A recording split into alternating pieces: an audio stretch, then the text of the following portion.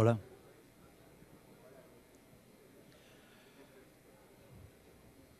Ya. Empezamos.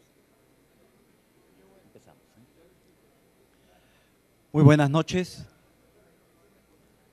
señores, señoras, estimados asociados, miembros del Consejo Directivo del Instituto de Ingenieros de Minas del Perú, expresidentes del Instituto, representantes de la prensa y público en general.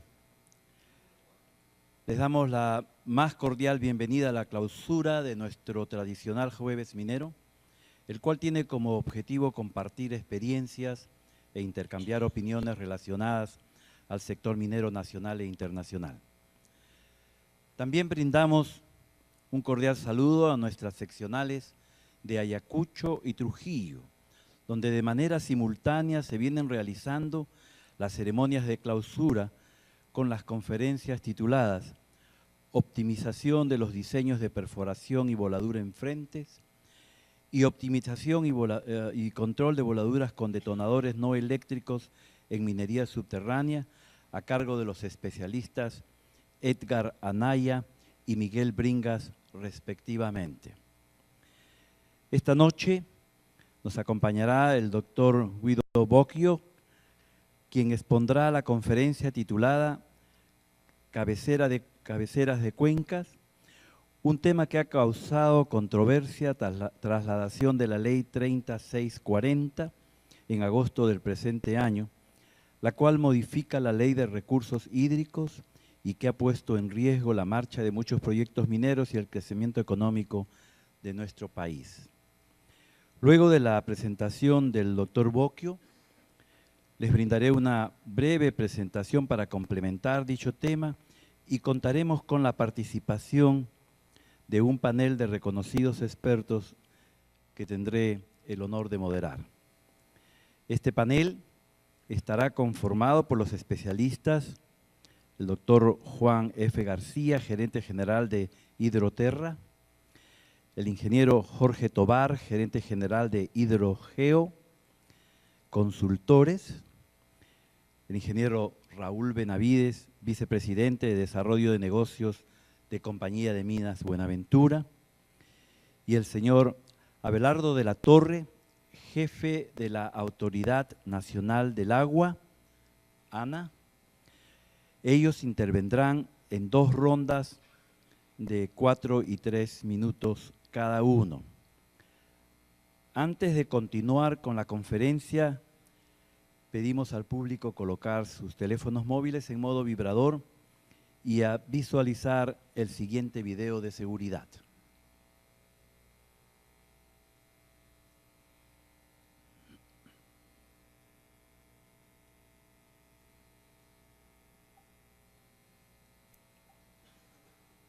Video, por favor.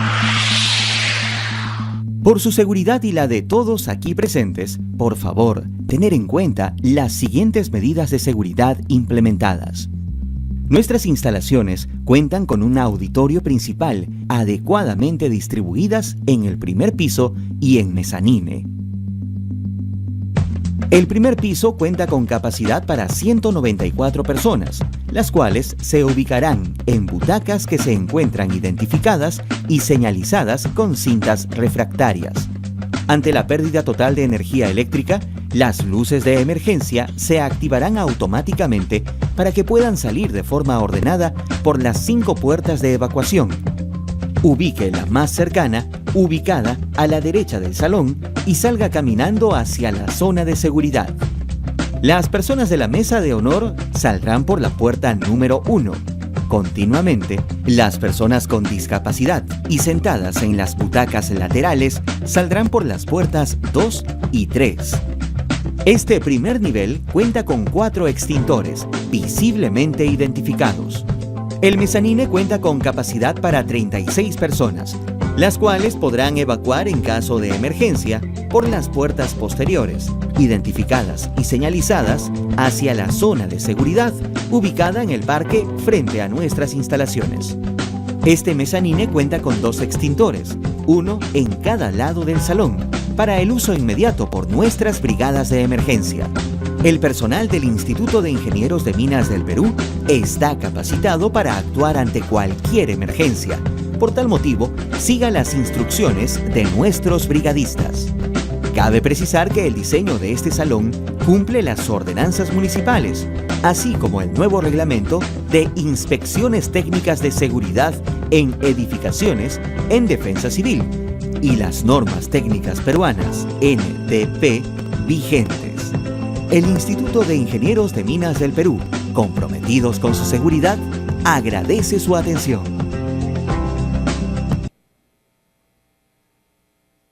Muchas gracias.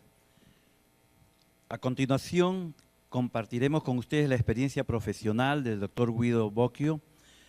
Él es máster en asesoría jurídica de empresas del Instituto de Empresa de Madrid, especialista en organismos internacionales y regionales de desarrollo de la Universidad de Piura, graduado en el Programa Internacional Gestión Integrada de Recursos Hídricos del Galileo International Management Institute en Israel y abogado de la Universidad Nacional Mayor de San Marcos. Es además gerente legal y recursos naturales de Southern Peru Copper Corporation, sucursal del Perú, presidente del Comité de Agua de la Sociedad Nacional de Minería, Petróleo y Energía y director del Comité Directivo del 2030 Water Resources Group, Perú. Profesor, además del curso de Legislación del Agua en la Maestría de Recursos Hídricos de la Universidad Nacional Agraria La Molina y autor de diversas publicaciones. Sin mayor preámbulo, invitamos al doctor Bocchio a iniciar su conferencia.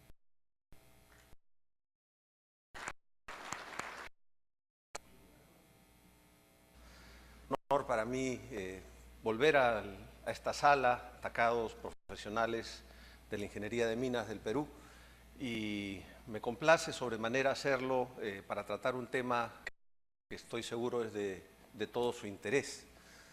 Este tema hubiera sido muy importante si es que no estuviéramos viviendo un tiempo de crisis como la que estamos viviendo, y vayan mis primeras palabras para pedir al Altísimo que en estos tiempos impere la paz y que pueda encontrarse una solución pacífica para el país.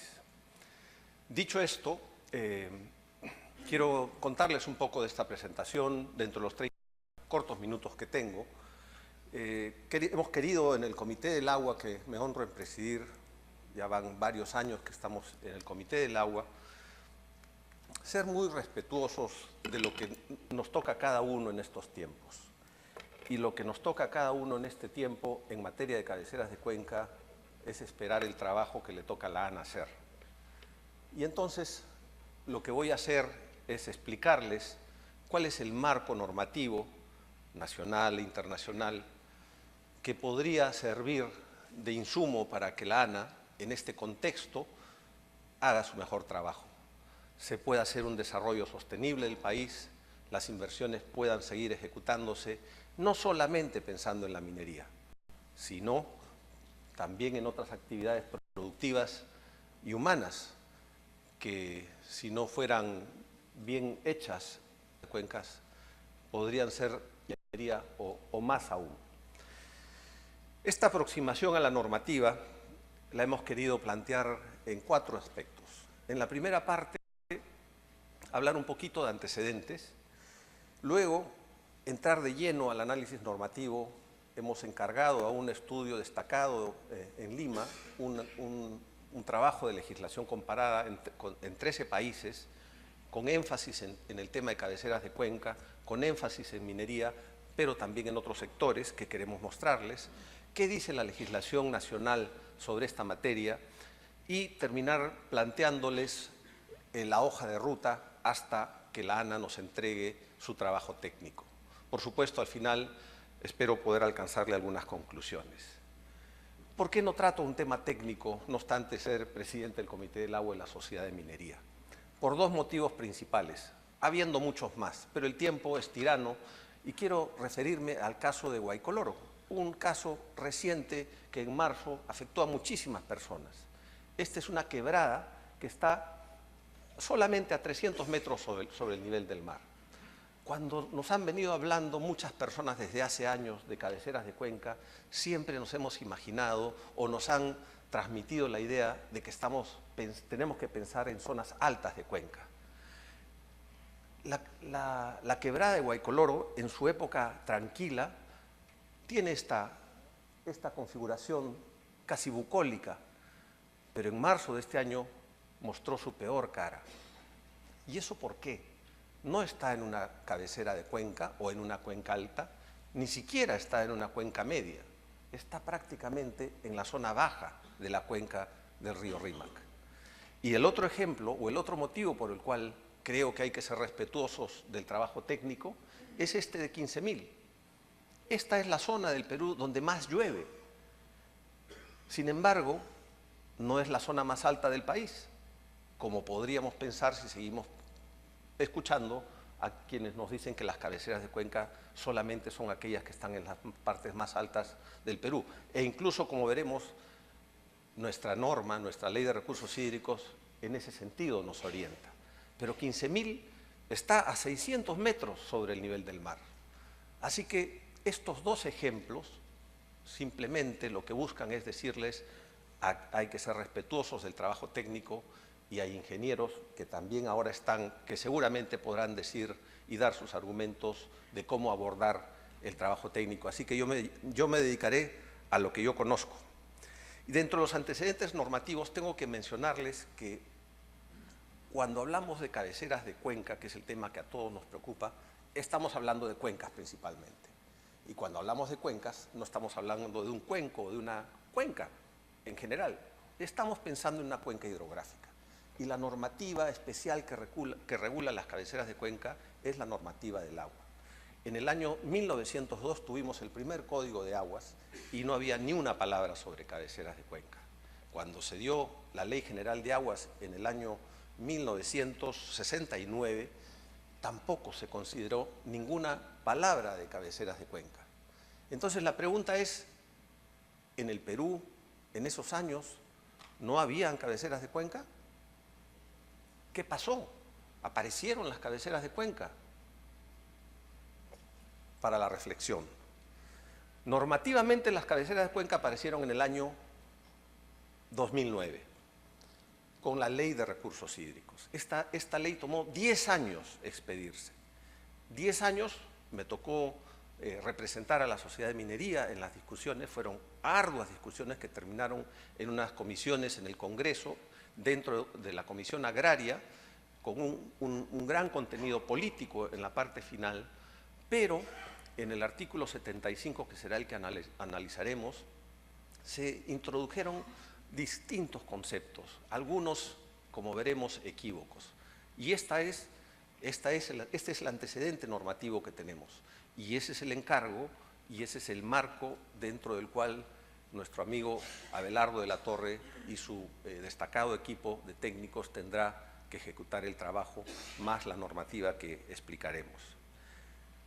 Después del año 2009 se expidieron una cantidad muy grande de ordenanzas regionales. Hubieron distintos gobiernos regionales que yo diría confundidos o no bien asesorados, pretendieron hacer lo que correctamente hubieran podido hacer si tuvieran las facultades, es decir, regular aspectos de cuenca, regular las cabeceras de cuenca, dedicarse a normar aspectos sobre recursos hídricos, crear autoridades regionales del agua.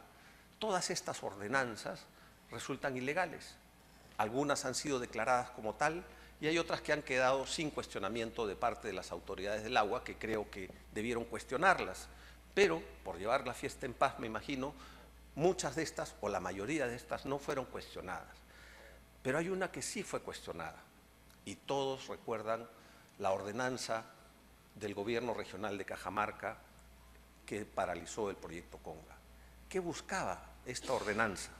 En primer lugar, declarar de interés público regional, la conservación, protección e intangibilidad de las cabeceras de cuenca.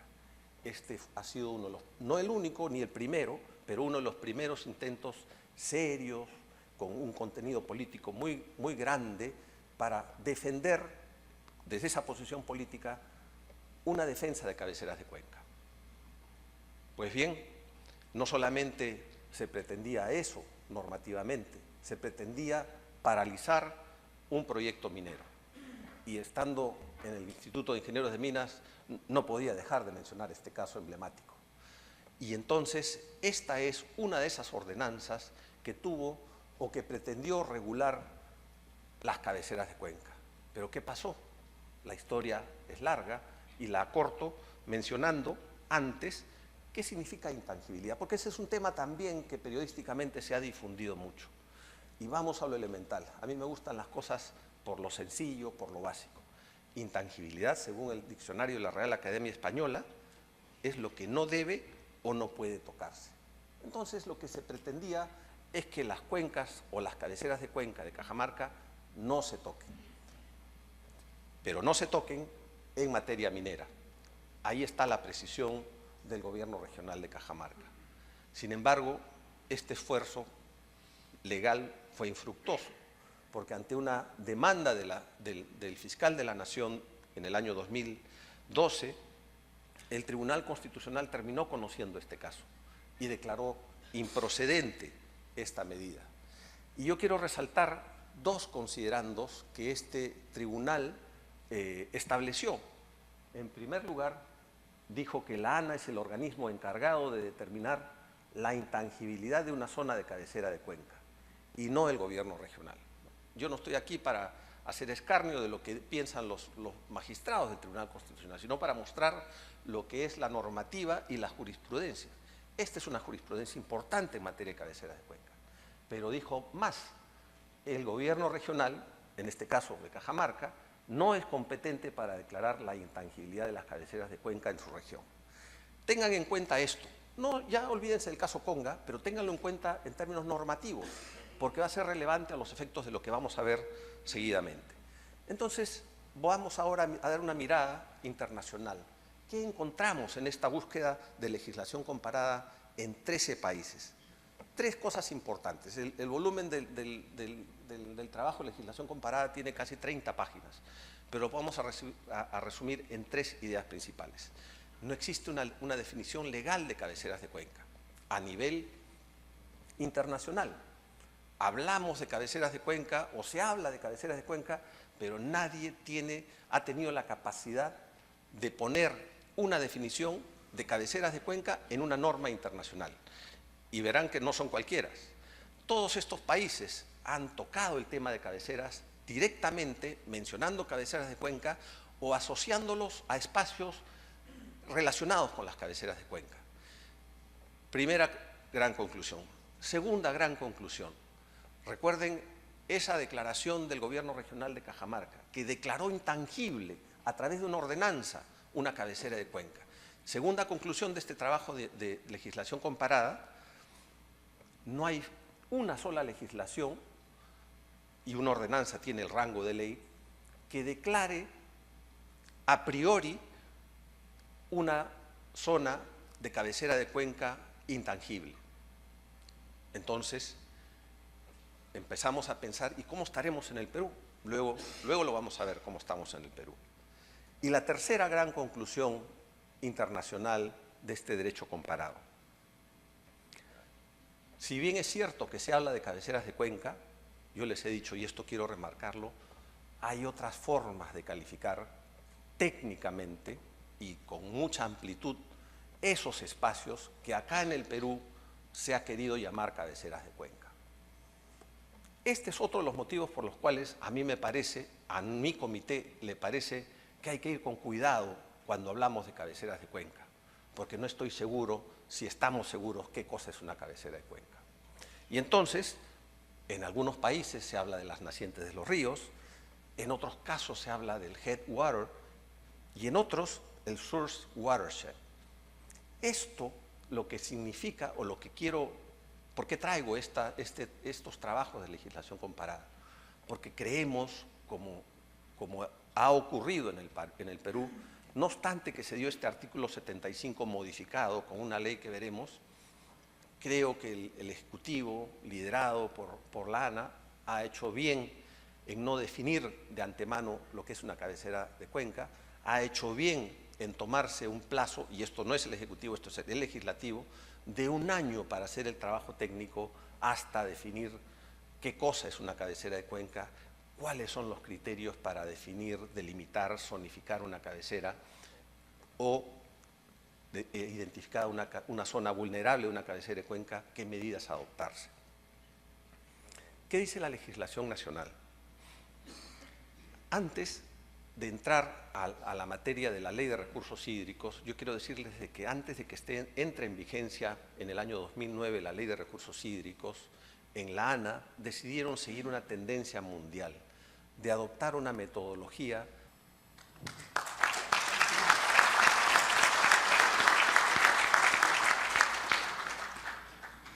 Feliz Navidad y un próspero año nuevo 2018.